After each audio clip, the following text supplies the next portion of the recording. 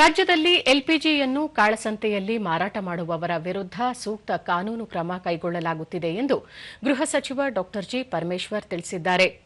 ಬೆಂಗಳೂರಿನಲ್ಲಿಂದು ಸುದ್ದಿಗಾರರೊಂದಿಗೆ ಅವರು ಕಾಳಸಂತೆಯಲ್ಲಿ ಎಲ್ಪಿಜಿ ಮಾರಾಟ ಮಾಡುವವರ ವಿರುದ್ಧ ಈಗಾಗಲೇ ಕ್ರಮ ಜರುಗಿಸಲಾಗಿದೆ.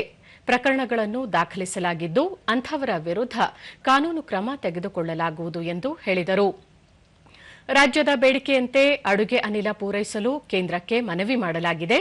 ಈಗಿನ ಪಶ್ಚಿಮ ಏಷ್ಯಾ ಬಿಕ್ಕಟ್ಟಿನ ಹಿನ್ನೆಲೆಯಲ್ಲಿ ಸ್ವಲ್ಪ ಸಮಸ್ಯೆಯಾಗುವುದು ಸಹಜ ಎಂದು ಪರಮೇಶ್ವರ್ ತಿಳಿಸಿದರು. ಇದೇ ವೇಳೆ ರಾಜ್ಯದಲ್ಲಿ ನಡೆಯುತ್ತಿರುವ ದಾವಣಗೆರೆ ಮತ್ತು ಬಾಗಲಕೋಟೆ ವಿಧಾನಸಭಾ ಕ್ಷೇತ್ರಗಳ ಉಪಚುನಾವಣೆ ಕುರಿತು ಪ್ರತಿಕ್ರಿಯಿಸಿದ ಸಚಿವರು, ರಾಜ್ಯ ಸರ್ಕಾರ ಕಳೆದ 3 ವರ್ಷಗಳಿಂದ ಜನಪರವಾದ ಮತ್ತು ಸಾಮಾಜಿಕ ನ್ಯಾಯದ ಪರವಾಗಿ ಕೆಲಸ ಮಾಡುತ್ತಿದ್ದು, ಬಡವರಿಗಾಗಿ ಕಾರ್ಯಕ್ರಮಗಳನ್ನು ರೂಪಿಸಲಾಗಿದೆ.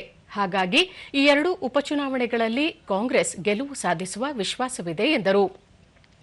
ಅದೇ ರೀತಿ ಒಳ ಮೀಸಲಾತಿ ವಿಚಾರ ಬಗ್ಗೆಯೂ ಪ್ರತಿಕ್ರಿಯಿಸಿದ ಡಾ ಜಿ ಪರಮೇಶ್ವರ್, ಈ ಬಗೆಗಿನ ವರದಿಯನ್ನು ವಾಪಸ್ ಪಡೆಯುವುದಾಗಲಿ ಅಥವಾ ಅನುಷ್ಠಾನಗೊಳಿಸುವುದಿಲ್ಲ ಎಂದು ಸರ್ಕಾರವೇನೂ ಹೇಳಿಲ್ಲ.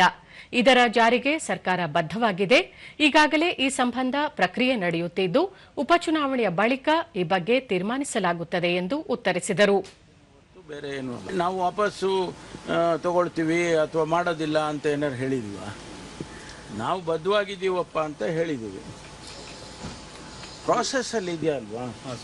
ಅದಕ್ಕೋಸ್ಕರ ಪ್ರಾಸೆಸ್ಸಲ್ಲಿರೋದ್ರಿಂದ ಪೋಸ್ಟ್ಪೋನ್ ಆಯಿತು.